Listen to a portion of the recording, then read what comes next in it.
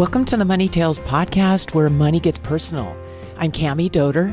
And I'm Sandy Brager. Money can open doors, but what happens when the life it builds no longer feels like your own? In this episode, Jane Bond shares her powerful journey of financial success, personal misalignment, and then the courageous decision to dismantle an identity that no longer served her. From selling multimillion-dollar homes to stepping back and redefining what truly matters, Jane explores how money, identity, and values intersect. Here are 3 money conversations this episode will help you navigate. First, when financial success becomes a disconnect from who you truly are. Jane talks about how achieving at a high level can create external validation, and it can also mask a growing sense of misalignment and loss of self. Second, how societal expectations and environments can shape your relationship with money. For Jane, being surrounded by wealth and performance pressures drove achievement while also reinforcing values that didn't feel authentic to her. And third, ways you can realign money with your identity and your values. We talk about how letting go of status-driven choices and redefining priorities can create a more grounded, intentional, and fulfilling financial life. Now it's our pleasure to bring you Jane Bond's Money Tales. Welcome, Jane Bond, to the Money Tales podcast. We're thrilled to have you with us today. Thank you. Thank you for inviting me on. Before we kick off with you, Jane, I was thinking about something that we all of us need, which is health insurance. And I knew it was expensive, but I have a change in work circumstances. I'm more focused at Experience, so I'm going part-time, and I'm on Cobra. And with that comes this eye-opening experience of how shockingly expensive health insurance is. So when you're on Cobra, you need to cover the whole cost of the insurance at the company's rate. At the company's rate, right, Sandy? So we get a pretty good rate.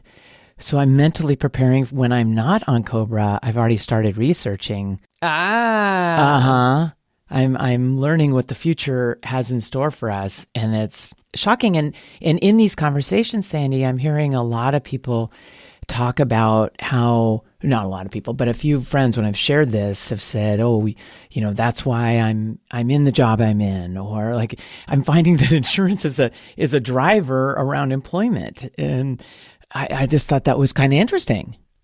Yeah, it can be for some people because there's not a lot of choice when you don't get your insurance through your employer. It's very difficult to buy your own private insurance unless you have a business that you're self-employed. And I think then you even need to have employees. And so that leads the remaining choice being the policies that are available that were created under the Affordable Care Act. And Cammie, I think the good news for you is that under Cobra, it really gives you a good guide path. So good for you on looking into the next steps now rather than just waiting, because I know there are solutions in place. Yeah, absolutely. Let me know if I can help. Thank you for that. Before we kick things off, I'm just curious. We have to understand your name, Jane Bond. Are you a comic book character? Are you? Are we talking to the real Jane Bond? Yes, you are. That's my real name. I love it. My father's name isn't James, but yes, that's my real name. I love it. Well, Jane, would you briefly introduce yourself and share a couple pivotal moments that have taken place in your life, really influenced who you are today? I'm a real estate broker, an author, and identity strategist. Certain things, as far as money is involved, money has never just been money for me. It's been identity, freedom, and truth. And when I think of it like that, I think of quite a few pivotal moments. Just recently, the past 2 years, I had to reinvent myself personally, financially, and pretty much emotionally, and completely release myself of some of the, I call them shiny things, to really become that authentic person that I always knew I was inside, and I didn't need to collect items to understand the character that I was cultivating within myself. That was one of the pivotal moments of my life, just releasing myself of all of that and saying, and I need to stay true to who I am as a person. Jane, would you mind sharing what happened in the last couple of years that required Well, I this? just realized that I was, for me, somewhat being an imposter because I've had several different careers in my life. And I kind of looked at things at one point, and there was a controlled environment also in my life, throughout my marriage and work and where I was. And there was so many, a culmination of things. Right. Never just one thing. I was in an area where no one looked like me, and I was able to rise to the top. And with that, a lot of expectations came, and I found that I was carrying things that weren't mine to carry. And I had to release them and then understand that I didn't grow up in a certain manner. So all of the things that I was putting importance on really weren't important to me. And when I came to that realization, I was like, okay, I need to do something about this. And then that allowed me to play the records back in my mind with the different careers that I've had, because I have several careers. I heard one lady say not too long ago, change your career every 10 years and you'll end up where you belong. And it just stuck with me. And I went, wow, okay, this is where that whole identity strategy came in. And I realized that, if I'm not in alignment, then nothing that I'm putting out there is giving me peace and joy. Happiness is fleeting. So let me pull back and say, okay, where do you want to be in your life at this stage, Jane? And that's when you make the decisions. And that's when you start peeling the layers off. I call it somewhat shape-shifting. I read not too long ago, I think it was Jefferson Fisher. He said, the person you're standing in front of you is not the person you're normally talking to, because there's so many different inherited traits. And I went, wow, that's true. Not only am I 6 feet tall, with big curly hair, I'm black. I have a lot of different things behind me with generations. And that comes forward at times with my opinions and my thought process and everything, even dealing with people.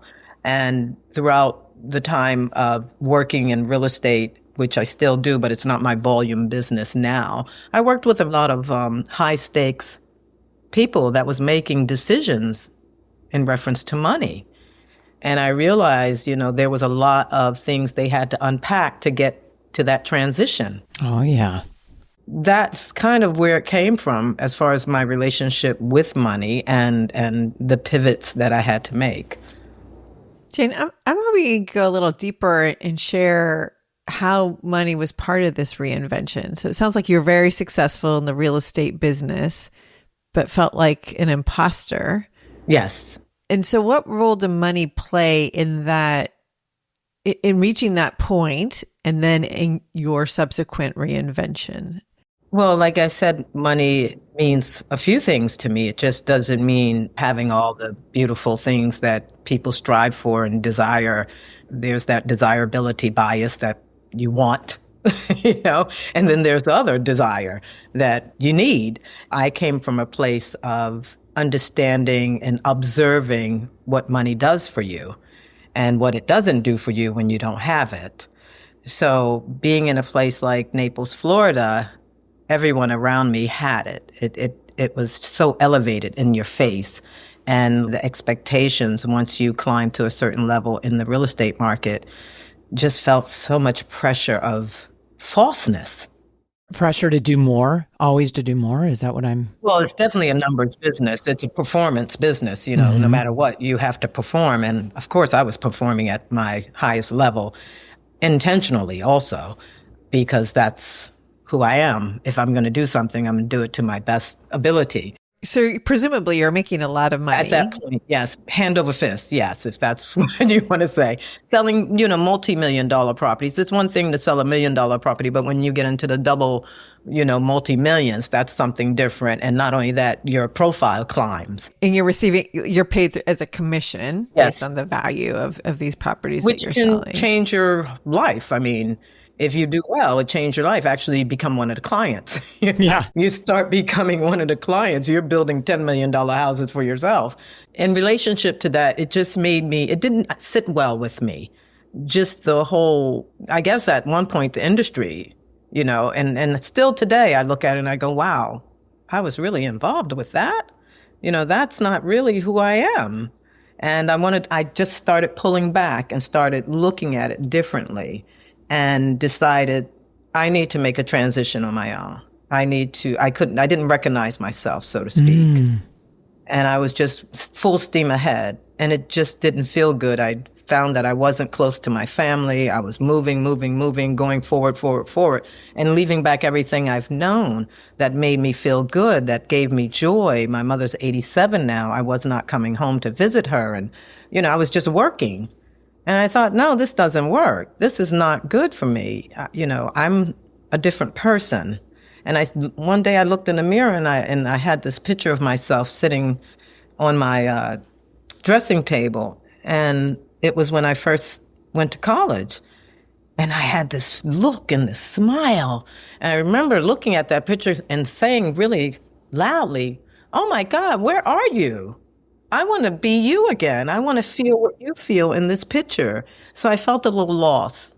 And I'm just being fully transparent with you guys. It's incredible. Yeah, Really no. appreciate that. You started out by saying money you think of as identity, freedom, Yes, and truth. absolutely. And it sounds like you felt freedom with making the success of it, but then there's a point where you lose your freedom. Did you lose your freedom also as a result of this pursuit of more? Yes, and you do take on that persona of going after more and more and more, because the more you get, the more you want. Yeah, and then you decided to change your trajectory. Tell us a little bit about that, because change is hard. Like that, not just going through something, it's hard. Change is hard, but like changing yourself and this purpose and something you've driven yourself so far to achieve, and you've been successful. Tell us a little bit about that process of making those changes. Well, for me, change is constant. That's pretty much the only thing we have. Change. If you don't change yourself, nothing changes. So change is always constant. We have to evolve. The way we evolve is something different. So for me, I had to stop and say, what do you really want? How do you want to live your life? Where do you want to be? Do you want to be involved with all of this for the rest of your life? Okay, you're comfortable, but are you happy? And then I had to say, well, happy is fleeting. Where's the joy in all of this? Okay, now you have the things that you thought you really needed to have in your life, all these shiny things, all of this external, material things, but you feel empty. So where do you go from there, Jane? Because now you need to fill this void. And the void was basically coming back to what I knew was love. Running away from that I needed to take a breath and sit alone. I always say solitude is your biggest friend. It just silence and being with yourself and giving yourself self-love and just quiet, being in the quiet of who you are will really open up your mind. And that's what I did. I just sat still for a minute. I just got really quiet. And it's been almost 2 years. And now I have more clarity, I think, than I've ever had in my life. And I've had the opportunity to peel back and play the records of my life and say, okay, where did this go left? And now take it right. And I feel so much at peace. And it takes time to dismantle. And that's what I can say. I had to dismantle that huge tapestry that I put together and annihilate that person that I was to bring forth the person that I'm becoming. And I'm still in the becoming stage, because it's hard in the beginning and messy in the middle. Yeah, it's really hard. Like what you've done is one of the hardest things anyone could do. And I'm curious, Jane, just about that dismantling from a money perspective. How has your life changed from a financial perspective as you've made that right turn to get back to who you really are? I just look at money as real instead of an idea. You're talking about shiny objects. Did you sell all this shiny objects? I liquidated quite a few things, and I feel like I can eat, pray, and love. Well said. I always go to that when someone asks me. It's like, yeah, it's about eat, praying, and love, and just, maybe doing some traveling, really understanding other people, and just being human and being benevolent. I need to know more about becoming an identity strategist because I'm very intrigued. I'm putting it in the bucket of something I think about, which is someone's brand, their personal brand. You went through your own understanding of your identity, and now you're an identity strategist. What does that mean first to you? That means being able to speak to leaders, founders, and entrepreneurs like myself. I've always been an entrepreneur. I never really worked for anyone. So I've always made my own money. And that's not easy. No. You have to make the phone ring. Funny story. I remember picking up the phone, wondering if it was broke. Is this thing on? Yeah. Yeah. So becoming an identity strategist it's definitely what I've lived through myself, and just the teachings of understanding conversations with people, understanding where they come from, and knowing that even though you become successful, you can find yourself totally empty at the end of that rainbow you've been chasing. And money doesn't really make you happy. It makes you comfortable. It allows you to buy the healthcare. It allows you to buy the cars and the homes and the bags, the shoes, and everything else that go along with that. But we're a society that has been taught to collect things, and that's what our outer identity shows, that we're successful, and we're really not at times. In my case, I didn't feel successful, if you can understand that, because I always felt like there was a void, even though I had the finances and everything that went along with that. It was the character that I wanted to make sure I was cultivating and what I was putting out there, because money is energy and people can feel that, especially in your home. If there is none, you can cut that tension with a knife. But if there is a lot, that still doesn't mean everything is right. And I think we as people in a society, we take on these careers that really aren't who we want to be. We take on them because of inherited traits, family, social judgment, social condemnation. I mean, my God, with social media today, you can be anything you want in 48 hours.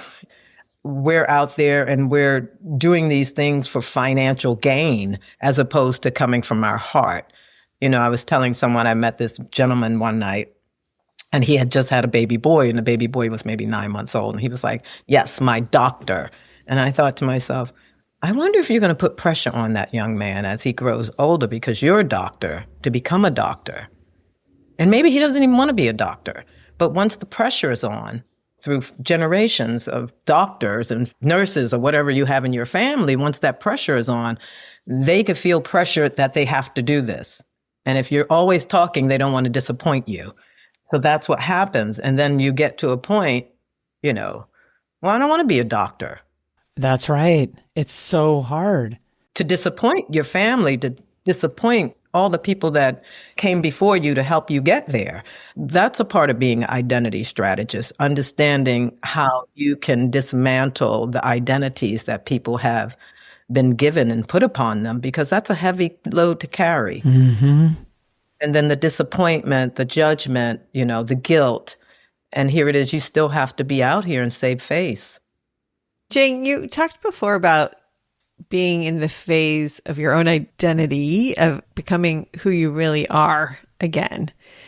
And I'm wondering, as you continue through that phase, what role is money playing in your life, and how often are you thinking about money and talking about it?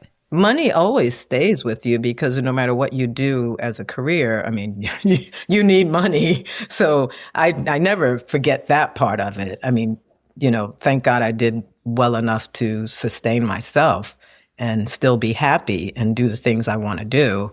But when it comes to that, of course, I'm still thinking about money and how I can make sure it accumulates. Mm-hmm.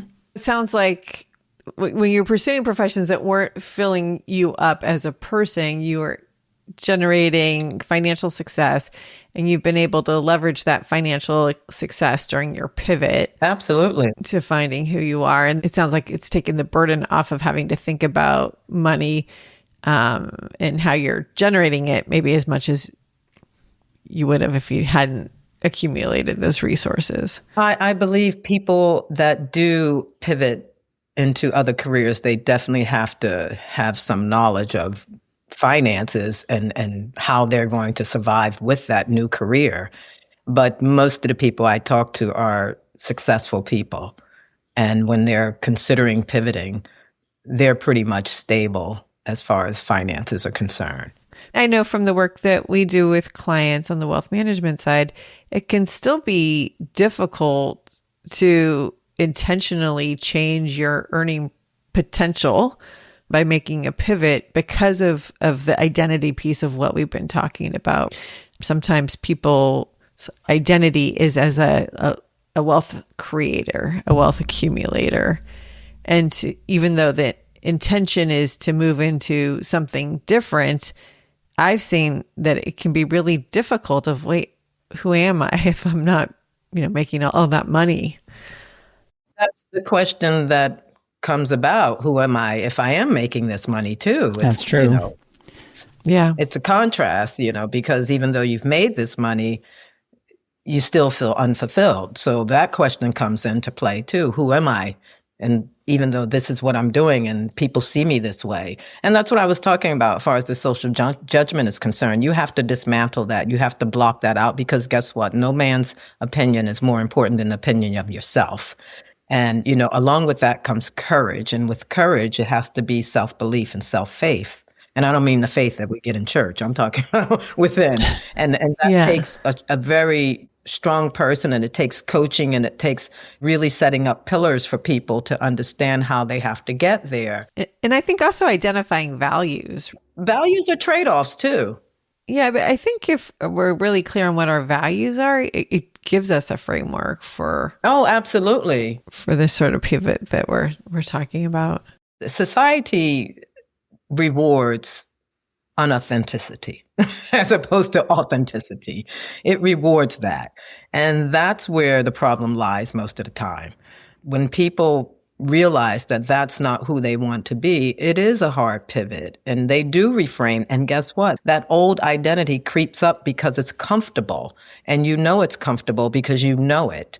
And going into the new identity, there is a framework for it, and there is, a way to coach someone in it. And they have to really be committed to dismantling that person, and they have to annihilate that and break it down where they're only bringing the good parts forward.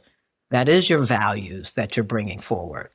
I love that. Get comfortable with the discomfort. Yeah, you have to. And, we all can do hard things. And Jane, tell us, what's your next money conversation going to be, and who's it going to be with? Probably myself.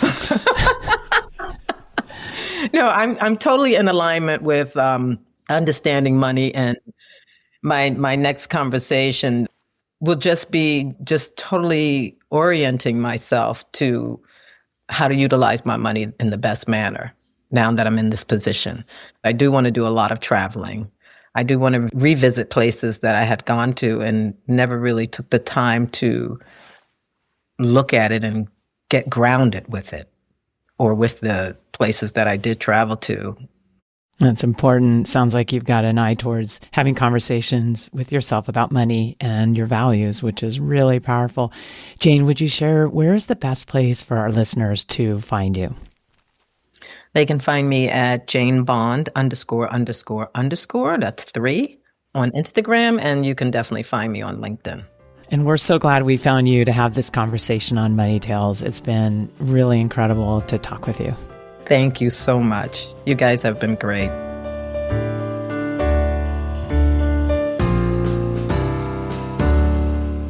Jane Bond on Money Tales. That was fun. So fun, Sandy. She seemed like a superwoman, awesome lady. I think her name was absolutely perfect for who she is. I started smiling when she talked about her eat, pray, love period of life, and how that really, the power of controlling money and not let money control you. And that's really what she was trying to spend time working on. And I for me, naming things or, bringing up a book I read that really obviously went really viral and touched people's lives. That really touched me when she brought that up and she had her eat, pray, love moment. It just makes the concept more tangible, right? More relatable. And I think it's a really good device to use in other parts of your financial life, because when you put a name on something, it is an entree into that control. Yes, yes. Right? If you don't like budgeting because budgeting brings you down, come up with another name for a budget. I like that, Sandy. What would you call it? What would I call it? Cash plan. Yeah, something more playful. Cash management strategy. Yeah. Make it fun. Your cash enjoyment plan. And this is actually something I talk to clients about when they are naming trusts that they're creating or foundations or donor advised accounts. Traditionally, people just slap their name on it. Right. It's easy. Don't have to think about X and Y revocable trust. Yeah. But there's room. As long as someone else hasn't used the name before, you can create a name that has meaning to you. And people do this with limited partnerships. And foundations. Sometimes but with I foundations. like this. Sometimes with foundations. I think there's room for people to do even more of it when this concept resonates with you. Because names are just an easy way, again, to create a touchstone, to create an emotional connection to something and make it more fun, more exciting, and even more purposeful. When you were talking about that, my brain went to, it goes from the head, the such and such, name, revocable trust, to some emotive, I went to the heart, right to the heart, right? Thinking about, it would just remind you, it makes me think about my passwords. When I set up a password, I make it something that I want to remind myself every day to inspire me or to motivate me. Yeah, a little affirmation. That's right. It's kind of the direction I usually go, or something that makes me laugh. I love that. So we can bring that into our money lives for sure. For sure. Well, what a treat to speak with Jane on Money Tales and to hear her evolved story. And it's no wonder that she's an identity strategist. This is what is right at the core of who she is. So. Yeah. Thanks again, Jane, for being on the podcast with us. And thanks to our listeners for listening in. If you enjoyed this episode and think others in your life will benefit from it, please share and rate us on your favorite podcast platform. We'll see you again next time on Money Tales.